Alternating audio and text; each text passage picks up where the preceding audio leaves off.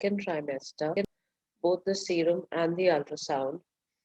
And we look at the first trimester combined screening, integrated screening, sequential and contingent approaches, and what are the other new kids on the block.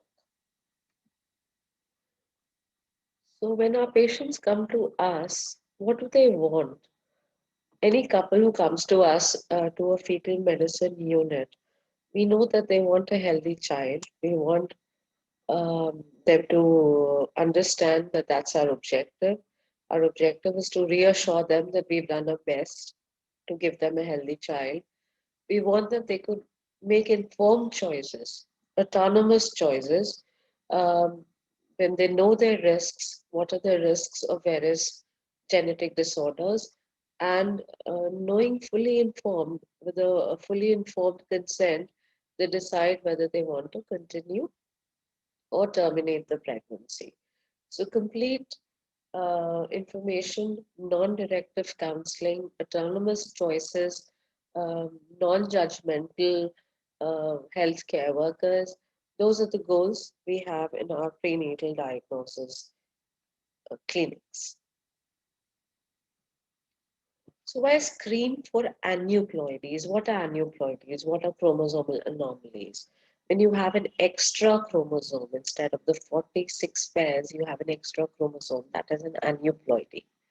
And the reason why we screen for aneuploidies because they are common.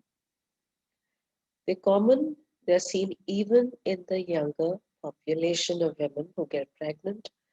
And by screening for a few of them, like you just have to screen for, say, trisomy 21, trisomy 13, trisomy 18. Just by screening for a few of them, you've covered quite a bit. More than 95% of the problems have been covered. So, screening makes sense uh, in pregnancy for aneuploidies.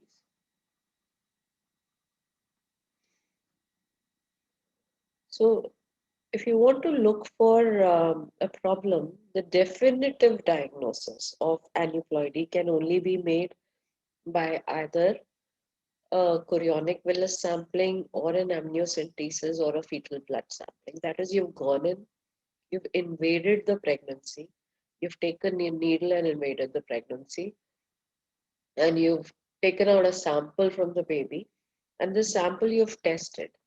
And that's the definitive diagnosis, but you can't do that for every pregnancy. The reason being, you'll end up with a lot of fetal losses.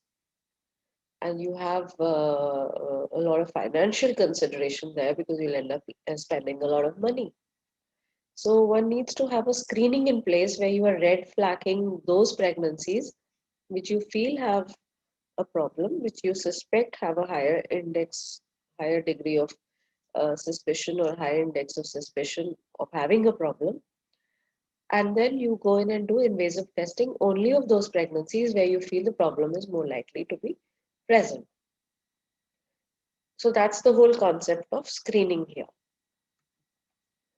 You can have a screen negative pregnancy, whereby you have to understand that when you say negative, a screen negative does not imply that there's no problem. It implies that the risk of a problem is low.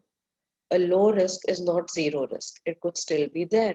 And that is what your patient has to understand, that when you say it's a low risk, it doesn't mean that the problem does not exist. It can happen, but it's rare. Again, on the other side of the fence, when you call a screening test screen positive, you have to be able to explain to your patient that a screen positive does not mean that the problem is present. It means that the probability of the problem is higher. And it definitely does not mean that you go in and terminate the pregnancy. So, what is very important that if your patient is screen positive, and what we struggle with in our everyday practice is if any screening test is positive, no matter how many screenings you've done. So, yesterday only a patient came to me and said, my double test is also positive, my triple is also positive. Then I did a quadruple, that is also positive. Now, in the ultrasound, you're saying there is echogenic foci and ARSA and so on, that is also positive. So why, doctor, why can't I terminate my pregnancy? And you have to sit down and tell them no matter how many screenings are positive, unless you do a confirmatory testing, you cannot terminate the pregnancy because the positive predictive value of any screening is not 100%. It's still low. Even the best screening, say NIPT for trisomy 21, the positive predictive value is only 50%. So you cannot use a screening test to decide to terminate a pregnancy. And that concept has to be driven into our referring clinicians as well, because sometimes when you spend a lot of money on these screening tests, you end up deciding terminations based on them alone, which is not the correct thing to do.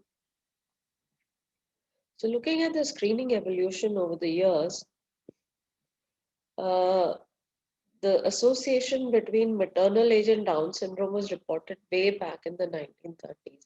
And we knew that the older you get, the worse your egg quality, the more likely you end up with a meiotic non-disjunction error, and the more likely you can get a child with Down syndrome.